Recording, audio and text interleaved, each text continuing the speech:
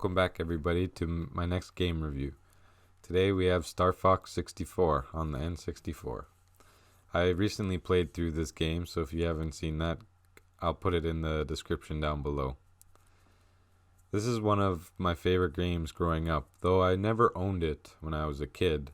I did rebuy it when I was in high school on my Wii, and I play it from time to time. This game has a special place in my heart, and it'll be hard not to judge it in a bad way, so I'll try not to be biased once again. I'll be using the same 5-point system I had in my last game review. 1 point for general gameplay, 1 point for how well the modes are, story mode, multiplayer mode, versus mode, extras. The 3rd point will be for how it looks, like the graphics, the colors, textures. The 4th point will be for music, and the 5th point will be for replayability. Now, I will be comparing this game to today's standards, and of course this is all just my opinion.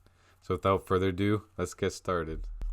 For everybody that doesn't know, StarFox 64, also known as Lilac Wars in some regions, is a 3D rail shooter video game developed by Nintendo for the N64, released in 1997. It is the second installment out of 9 of the StarFox series. This game had sold over 4 million copies since its release, making it the best-selling game in the series and the 9th best-selling game on the system. They had remade this game in 2011 for the Nintendo 3DS as well. On to point 1, the gameplay. StarFox 64 controls are pretty basic, easy to learn, the analog stick being how you move the ship, even though it's inverted, and with the A button to shoot a bunch of little shots or to hold for a homing blast. The B button is for bombs. There are other maneuvers like the classic barrel roll to dodge oncoming shots, or even the brake or backflip for enemies behind you.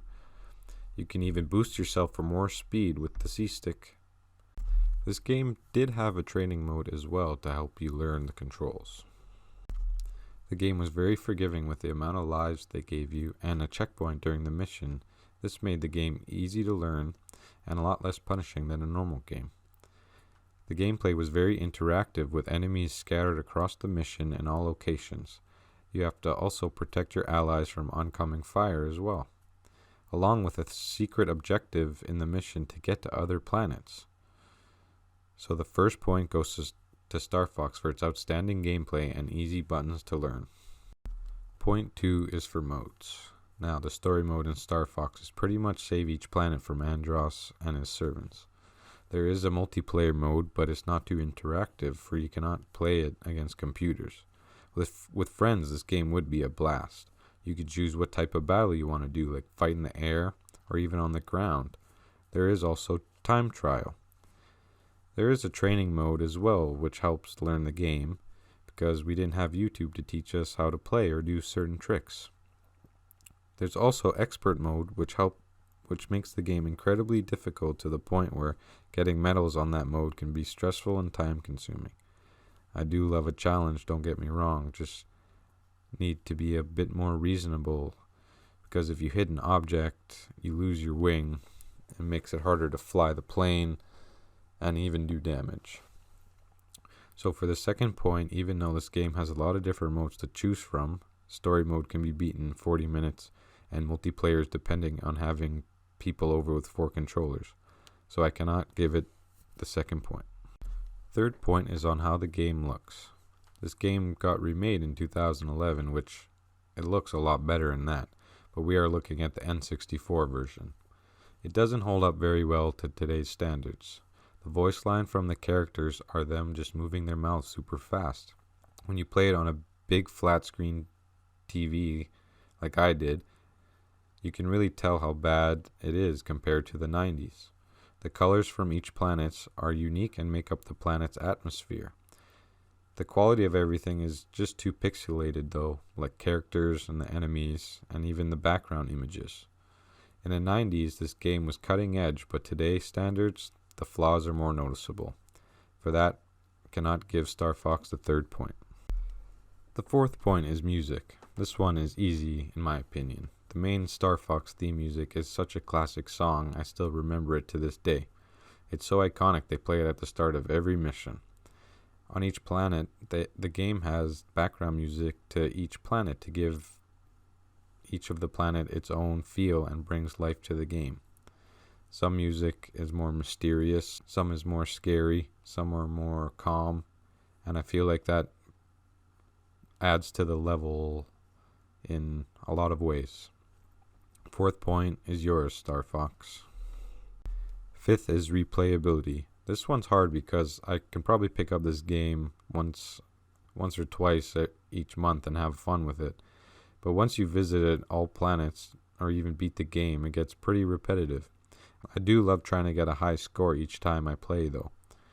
But other than that, it's pretty hard to play this game 2 days in a row.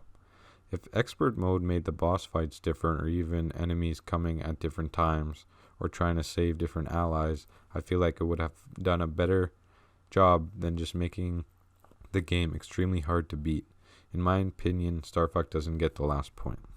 So, there you have it. I hate to say it, but StarFox 64 gets a 2 out of 5 in 2021. It hurts me to say that because I love playing this game ever since I was a kid, but times have changed. If multiplayer was more playable as one person, like with computers or even an online mode, it would have been more than just a story mode game. I feel like it was a missed opportunity for them because it was amazing to play with friends, but not so much by yourself. I really love the action this game had with its non-stop shooting and boss fights. Also the classic StarFox theme music. But once you beat the game, you don't really care too much about the story the next time you play, or even feel rewarded when getting all of the medals for each planet. I'll always have a special place for this game in my heart. But my final verdict is 2 out of 5. Thanks for watching, everybody. Don't forget to subscribe for daily videos, and check out my StarFox playthrough in the description down below. Hope to see you guys in the next video. See you later.